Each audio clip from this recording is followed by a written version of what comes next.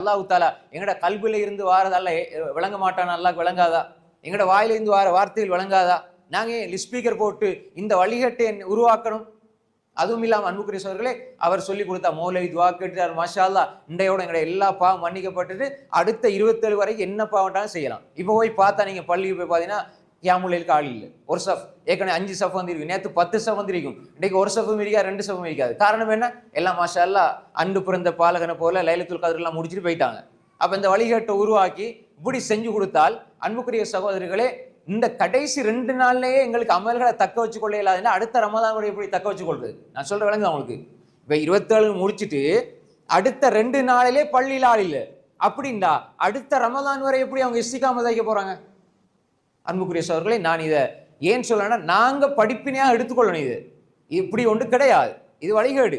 நீங்க உங்களோட பாவத்துக்கு மன்னிப்பு கேளுங்க. நீங்க ஒவ்வொரு நொடியிலும் இப்ப பாவம் செஞ்சா உடனே மன்னிப்பு கேளுங்க, உணர்ந்த உடனே மன்னிப்பு கேட்கணும். அடுத்த 27 வரைக்கும் எதிர்பார்த்திருக்கிறது.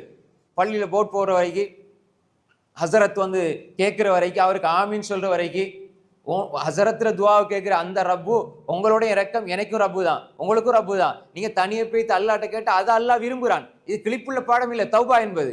நீங்க கேளுங்க, யா அல்லாஹ் என்ன மன்னிச்சிரியா அல்லாஹ், என்ன குற்றமுறைகளை மன்னிச்சிரியா அல்லாஹ். நீங்க ரகசியமா கேளுங்க, பரகசியமா கேட்கறது கூடாது. சத்தம் போட்டு கத்தி கதறி மக்களுக்கு காண்பிக்கிறதுக்கு இஹ்லாஸான முறையில தனியே கேட்கணும்.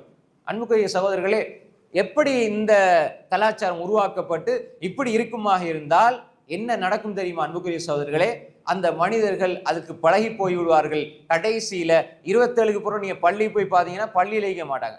ஃபஜ்ருக்கு 2 சஃப் கூட இருக்காது, ஒரு சஃப் இருக்கும். பெருநாளைக்கு பார்த்தா எல்லாரும் இருப்பாங்க, ஆயிரக்கணக்கான மக்கள். ஃபஜ்ருடைய அந்த நிலையை பார்த்தா 10 பேர் இருப்பாங்க. அதே மக்கள் அன்று வீட்டில் உறங்கின மக்கள் ஃபஜ்ருக்கு அந்த கடமையான ஃபர்லான தொழுகைக்கு இல்ல, சுன்னத்தான தொழுகைக்கு, பெருநாளுடைய தொழுகைக்கு போகக்கூடாது இல்லை, கட்டாயம் பெருநாள் தொழுகை தொழணும், அதுல மாற்று கருத்து கிடையாது.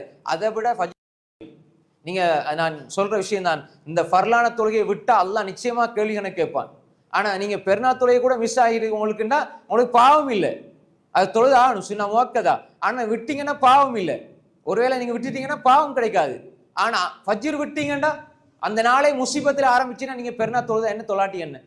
ஃபஜ்ரை விட்டுட்டீங்கன்னா நாள் முசீபத் தான், அல்லாட பாதுகாப்பு இல்லை. நீங்க பெருநாள் தொழுதா என்ன, தொலாட்டி என்ன? ஃபஜ்ரை தொழுங்க, ஃபர்ல தொழுங்க. நாங்க எதுக்கு முக்கியத்துவம் கொடுக்கணுமோ அதுக்கு முக்கியத்துவம் கொடுக்கறீங்க சகோதரர்களே. ஏண்டா பாருங்க, மக்களுக்கு அப்படி அல்லாஹ் பாதுகாத்து நல்ல உலமாக்களை தவிர ஏனைய உலமாக்கள் கூட அதுல கரிசனை பொடுபோக்கு சொல்லி கொடுக்கறது இல்லை. சும்மா வாங்க ஆமீன் சொல்லுங்க போங்க, நல்ல சாரை சாப்பிடுங்க, நாளைக்கு போய் 4 இடத்துல சொல்லணும் எங்களோட பள்ளியில இந்த பிரியாணி அந்த பிரியாணி, நாங்க சாருக்கு இப்படி கொடுத்தோம், இத்தனை பேர் வந்தாங்க.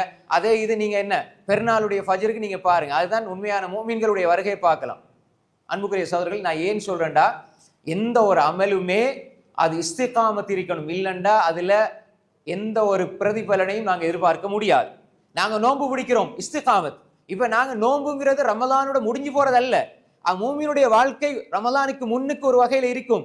ரமலான்ல வந்து பயிற்சி எடுத்து ரமலானுக்கு பின்னால் அவனுடைய பாதை சரியான பாதையாக அவன் போய்கொண்டிருப்பான், சரியான பாதையில. பாருங்க, ஷாபான்ல நோன்பு பிடிச்சோம், ஷாபான்ல சுனத்தா நோன்பு பிடிச்சோம். ஷாபான்ல ரசூல் ஸல்லல்லாஹு அலைஹி வஸல்லம் அதிகமா நோன்பு பிடிப்பாங்க ஷாபானுடைய காலத்துல, அப்படித்தானே? ஷாபான்ல சுனத்தா நோன்பு, அதை அப்படியே பிடிச்சிட்டு ரமலானுக்குள்ள வந்தோம். ரமலான்ல 29 30 நோன்பு அப்படியே ஃபுல்லா பிடிப்போம். ரமலான்ல நோன்பு முடிஞ்சா என்ன அடுத்தது? ஷவ்வால்ல 6 நோன்பு பிடிப்போம். அப்ப ஷாபான்ல நோன்பு, ரமலான்ல நோன்பு, ஷவ்வால்ல நோன்பு. மூமினுடைய வாழ்க்கை அப்படிதான். நோன்பு மாசத்தோட நோன்பு முடிஞ்சிடும் நினைச்சிட கூடாது. மூமின் அப்படி சேர்ந்து வாழ்வான். வாழ்க்கை நோன்பா மாறணும், அவனோட வாழ்க்கை நோன்பா மாறணும், அவனோட வாழ்க்கை தொழுகையா மாறணும், அவனோட வாழ்க்கை தர்மமா மாறணும். இதுதான் இந்த இபாதத்துகள்ல உள்ள மூமினுடைய வாழ்க்கை. இதுதான் ரமலான் கொடுக்குற பயிற்சி. அதுதான் எப்படி நோன்பா மாறுறது வாழ்க்கை. வாழ்க்கை எப்படி நோன்புக்குள் ரமலான்ல நோன்பு பிடிச்ச நாங்க ரமலானுக்குள்ள இருந்த பக்குவத்தை ஷவ்வால்ல எடுத்தோம்னா எப்படி இருப்போம்? ஃபஜ்ர்ல இருந்து மகரிப் வரைக்கும் சிகரெட் குடிக்கிறவங்க கூட குடிக்க மாட்டாங்க. ஏன்? நான் நோன்பு.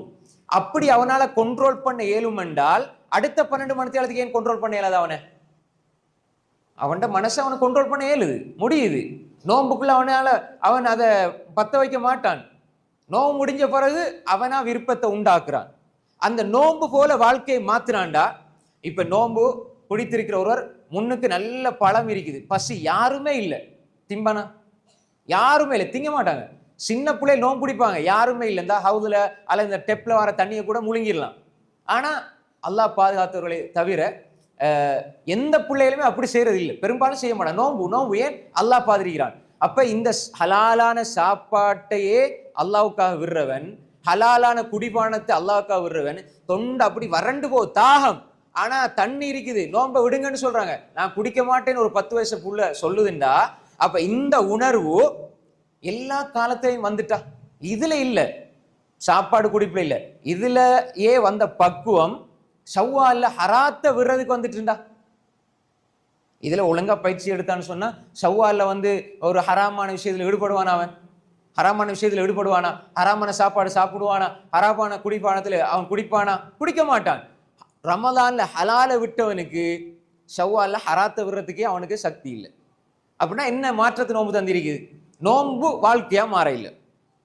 ரமலான்ல நோம்பு பிடிச்சிருக்கிறோம், ஆனா நாங்க நோம்பின் மூலமாக பயிற்சி பெறவில்லை. நல்லா விளை கொள்ளுங்க.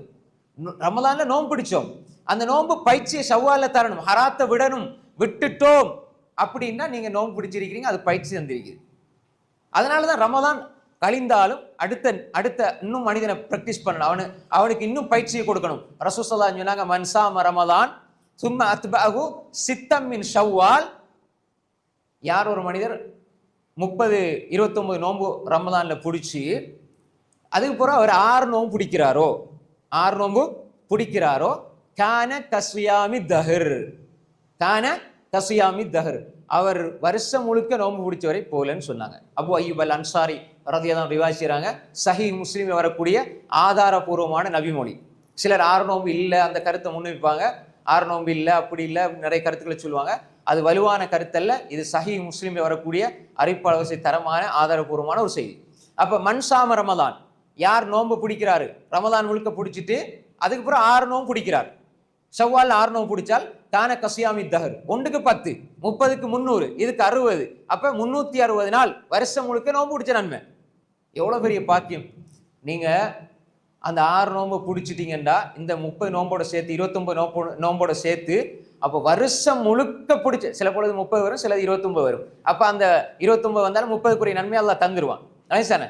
அப்போ வருஷம் முழுக்க நோம்பு பிடிச்ச நன்மைண்டா, அடுத்த வருஷம் இதே மாதிரி பிடிச்சா அடுத்த வருஷம் ஃபுல் வருஷம் நோம்பு, அதுக்கு அடுத்த வருஷம் இதே மாதிரி பிடிச்சா வருஷம் முழுக்க நோம்பு, ஆயுள் முழுக்க நோம்பு. 40 வயசுல இருந்து இப்படியே 60 வருஷம் வரைக்கும் தொடர்ந்து பிடிச்சா அவர் 20 வருஷம் நோம்பு பிடிச்சிக்கிறார். இஸ்லாம் அப்படிதான் சோதர்களே. நாங்க சின்ன அமல் செஞ்சா நல்ல பெரிய கூலியை தருவான். இஸ்லாம் அப்படிதான். நாங்க போடுற கணக்கு மாதிரி அல்ல. அப்ப நாங்க 6 நோம்பு பிடிக்கணும். 6 நோம்பு பிடிக்கிறது 3 விதமா பிடிக்கலாம். அதை ஞாபகப்படுத்திட்டு அடுத்துக்கு வர 6 நோம்பு 3 விதமா பிடிக்கலாம். ஒன்று, ஷவ்வால் நீங்க பெருநாள் கொண்டாடி அடுத்து வரக்கூடிய 6 நாள் தொடர்ச்சியா பிடிக்கலாம், ஒன்று. 2வது, ஷவ்வால் மாதத்துல ஏதாவது ஒரு 6 நாள் தொடர்ச்சியா பிடிக்கலாம், 9, 10, 11, 12, 13 இப்படி தொடர்ச்சியா பிடிக்கலாம்.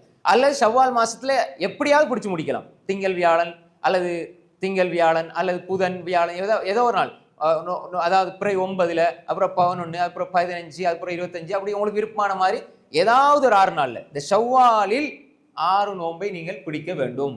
பிடித்தால் இந்த நன்மை உங்களுக்கு கிடைக்கும். அன்புக்குரிய சகோதரர்களே, இது எல்லாரும் பிடிச்சு நன்மையை பெற்றுக்கொள்ற ஒரு மிகப்பெரிய ஒரு பாக்கியம் இது.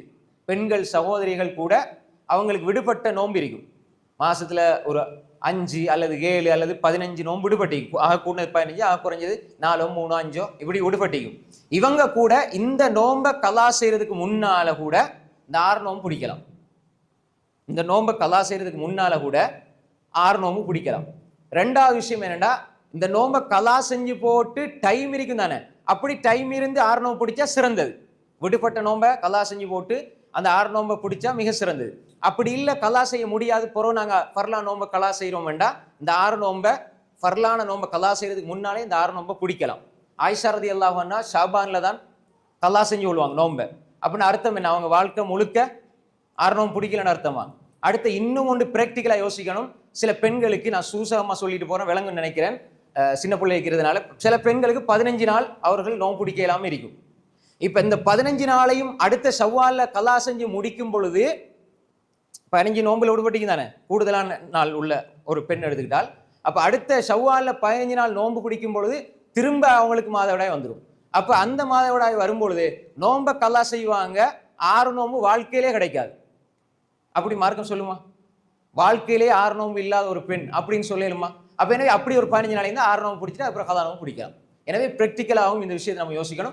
ஆயிஷா ரலியல்லாஹு அன்ஹா சொல்றாங்க, எனக்கு கலாவான நோன்பை நான் ஷாபானில் பிடித்துக் கொள்வேன். ஏன்னா அல்லாஹ் சொல்றான், நோன்பு விடுபட்டால் ஃபைத்தத்து மின் அய்யாமின் உஹர், அது ஷவ்வால்னு குறித்து சொல்லவில்லை, இன்னொரு காலத்துல. சிலர் மதுஹபின் அடிப்படையில் இப்ப நீங்க கலா நோன்பை பெண்களோ ஆண்களோ இப்ப அடுத்த நோம்புக்குள்ள பிடிச்சிடணும், அதான் மிக சிறந்தது. ஒருவேளை அடுத்த நோம்புக்குள்ள பிடிக்கல தங்கடம் ஆயிருச்சுன்னா அது அந்த நோம்பு முடிஞ்ச உடனே முன்னால உள்ள நோம்புல உள்ள கலாவையும் பிடிச்சு கொள்ளலாம். அதுக்கு ஃபிதியான்னு ஒன்று மேலதிகமாக கொடுக்கணும்னு சொல்லுவாங்க. அப்படி எந்த ஆதாரம் கிடையாது. நோம்பை மட்டும் பிடிச்சா போதும். அது மதுஹப்ல சொல்லுவாங்க ஃபிதியாவும் கொடுக்கணும் அப்படின்னு சொல்லி. அதுக்குரிய கஃபாரா என்ன, ஃபிதியாவை கொடுக்கணும் அப்படின்னு சொல்லுவாங்க. ஃபிதியா கொடுக்க தேவையில்லை, கலா செய்து விட்டாலே போதுமானது என்பதை நாம் இந்த இடத்துல புரிந்து கொள்ள வேண்டும். அன்புக்குரிய சகோதரர்களே, எனவே இப்படி நோன்பு என்பது 6 நோன்பு, அது பிறகு நாங்கள் அரஃபாட நோன்பு மிக சிறந்தது. அரஃபாட நோன்பு, அதே மாதிரி ஆஷூரா தாசுவாவுடைய நோன்பு, அதே மாதிரி திங்கள் வியாழன் நோன்பு, அதே மாதிரி மாசத்துல ஐயாமுல் பீல் ஏதாவது ஒரு 3 நாள்ல செய்திகள், சில செய்திகள் 13, 14, 15 வரும். அது விடுபட்ட ஏதாவது ஒரு 3 நாள் தொடர்ச்சியா நம்ம பிடிச்சு கொள்ளலாம் அந்த ஐயாமுல் பீல் என்பது. எனவே அந்த 3 நோன்பு மாசத்துல இப்படியான அமல்கள் நோம்பின் மூலமாக ஒரு மனிதனுடைய அந்த வாழ்க்கை, ரமலான்ல பிடிச்ச நோம்ப அவன் ஷவ்வால விட்டுண்டு இல்லை, அவன் ஷவ்வாலையும் பிடிக்கணும். அதுக்கு பின்னால் அவன் ஏனைய மாதம் துல்காதா, துல்ஹிஜ்ஜா, அந்த 3 நோன்பு, அதே மாதிரி திங்கள் வியாழன் நோன்பு, இப்படி சுன்னத்தான நோன்புகள் அவன் அதிகமாக பிடிக்க வேண்டும். எனவே அந்த நோம்போடு அந்த மனிதனுக்கு தொடர்பு இருக்கணும். இது நோன்புல உள்ள இஸ்திகாமத். இது ஒரு முஃமினுடைய வாழ்க்கையில நோன்பு, சுன்னத்தான நோன்புகள் இருக்கணும். சுன்னத்தான் நோன்புகள் முஃமினுடைய வாழ்க்கையில இருக்கணும். இது ரமலானுக்கு பின்னும் 6 நோன்பு என்று இப்படியான நோன்புகள்ல எங்களோட வாழ்க்கையில நாம் தொடர்ச்சியாக மௌத்து வரை சுன்னத்தான் நோன்புகளை பிடிக்க வேண்டும். இது ஒரு விஷயம். அதே மாதிரி முஃமினுடைய வாழ்க்கையில 5 நேர தொழுகை, இஸ்திகாமத் முக்கியம். உலகத்துல மிகச்சிறந்த வார்த்தை என்ன தெரியுமா?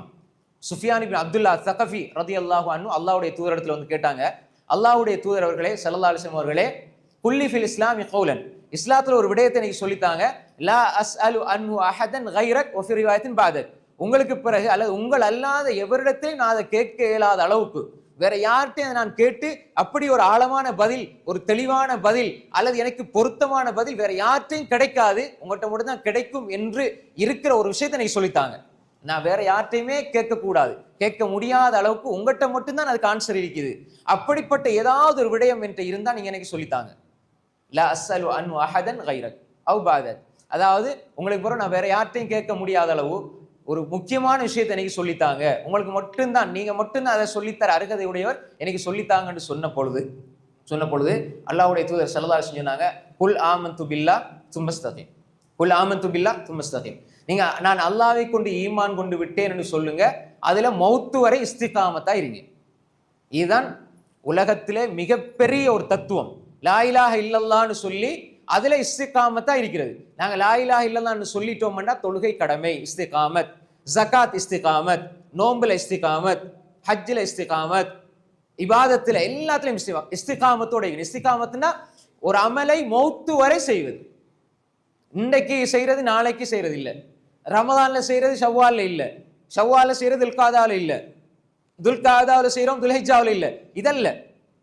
மௌத்து வரை நாங்கள் இதை செய்வோம் என்று நாங்க செய்கின்ற அமல்கள் தான் அல்லாஹ்விடத்துல மிக ஏற்றமானது, விருப்பத்துக்குரியது என்பதை நாம் புரிந்து கொள்ள வேண்டும். அன்புக்குரிய சகோதரர்களே, அடுத்து மிக முக்கியமான விஷயம் தொழுகை. தொழுகையில நாங்கள் இஸ்திகாமத்தா இருக்கணும் சகோதரர்களே. நாங்கள் சுன்னத்தான தொழுகை, ரமலான்ல எவ்வளவு சுன்னத்தான தொழுகைகள் தொழுகிறோம், ஆனா இது முக்கியமான விஷயம் அல்ல.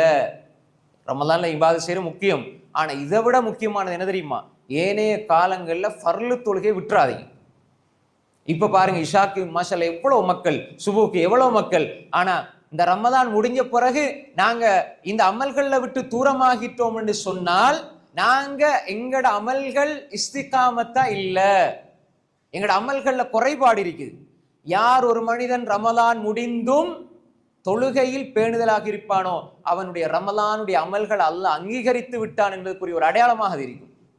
இல்லைண்டா பொற பாக்குறதோட எங்களோட அமல்களுக்கும் நாங்க ஓய்வை லீவை வழங்கிட்டோம்டா நாங்க ரப்பை நாங்க இந்த ரமலான்ல விளங்கினோம், ஷவ்வால்ல விளங்கவில்லை. ஷவ்வால்ல ரப்ப விளங்காத ஒரு மனிதன் ஷவ்வாலில் மரணித்தால் அவனுடைய நிலை என்ன?